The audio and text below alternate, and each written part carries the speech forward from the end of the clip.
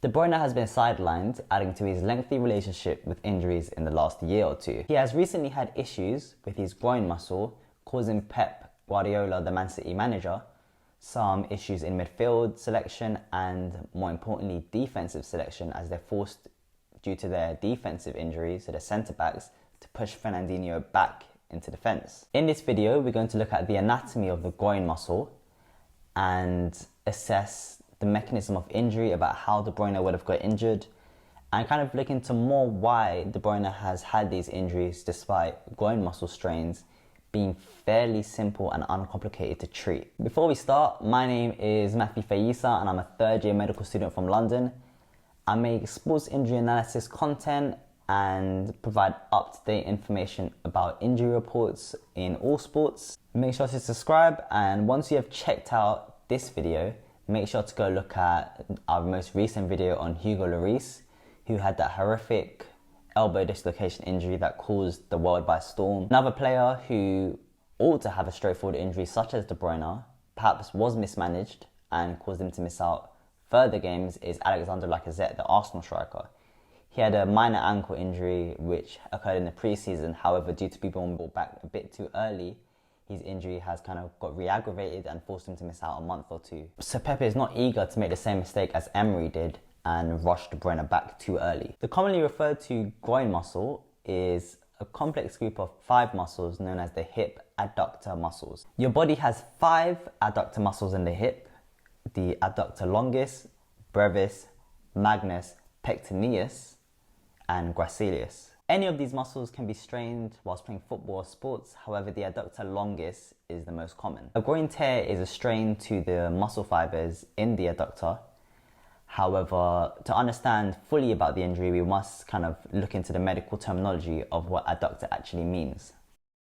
An adductor muscle refers to muscles responsible for kind of opening the angle of a joint away from the midline. So in the case of the hip, it's referring to moving the knee or the thighs or the whole leg, for example, away from the middle and laterally. A good way to visualize this is, if you play football, you know, or you'll be familiar with the open the gate stretch, where you're kind of bringing your knee up and out. That is referred to as an adductor movement. Or alternatively, you can visualize it with the arm, and a simple lateral raise like this is referred to as an adductor movement as well. As a result, a strain to the muscle adductors in the hip can cause De Bruyne a lot of issues when running and kicking a ball, as his range of motion is severely limited. This would have altered his footballing ability, as if you imagine a string tied to your thighs, when they're together it's lax and there's a lot of slack, so there's no tension. However, once you kind of adduct your legs, moving them outwards, that string gets very tight and is severely restricting movement. To prevent an injury such as this, or any injury and perhaps that's involved in the musculature of the body, stretching is essential before and after games. This prepares the muscles for action, and at the end of the game helps you cool down.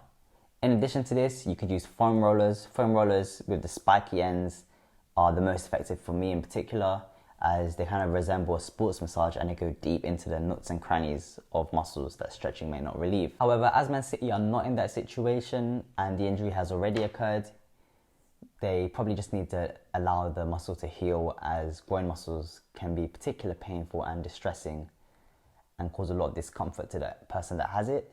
So just giving De Bruyne a lot of time and recovery to make sure he's fully healed will prevent it happening again. Groin muscle sprain is a very common injury in football in particular, as kicking the ball can result in you overstretching and opening your hips a little bit too wide, causing a strain in that region, particularly if you haven't stretched and warmed up correctly. Therefore, Pep Guardiola and the Man City medical team have kind of made a decision to reassess the injury after the international break, giving De Bruyne about 2 to 3 weeks of recovery time.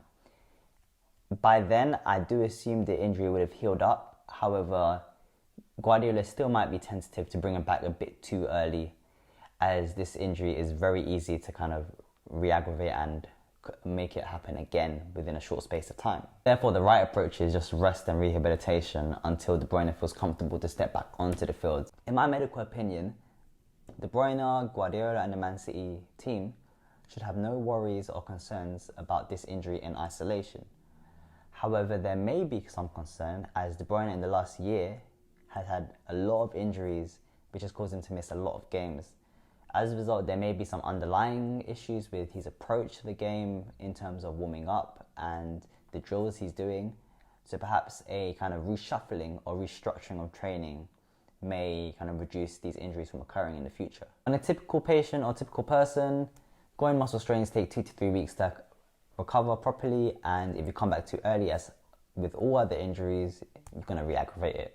So just take your time and make sure you rehab it properly. As you can see, based on the description and how the injury occurred, this injury is nowhere near as serious as Hugo Lloris's dislocated elbow injury, which was very horrific and very graphic.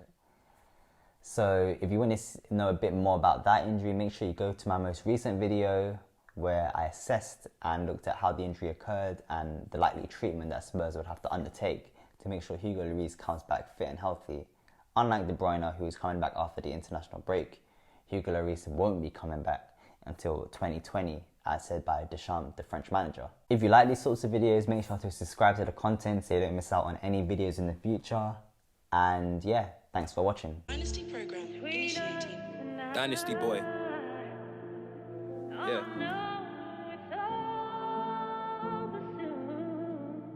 Yeah. I had to get out at end, so hopefully I could focus on music fully. So I went back to uni to find out the distraction of being fresh is triple the amount.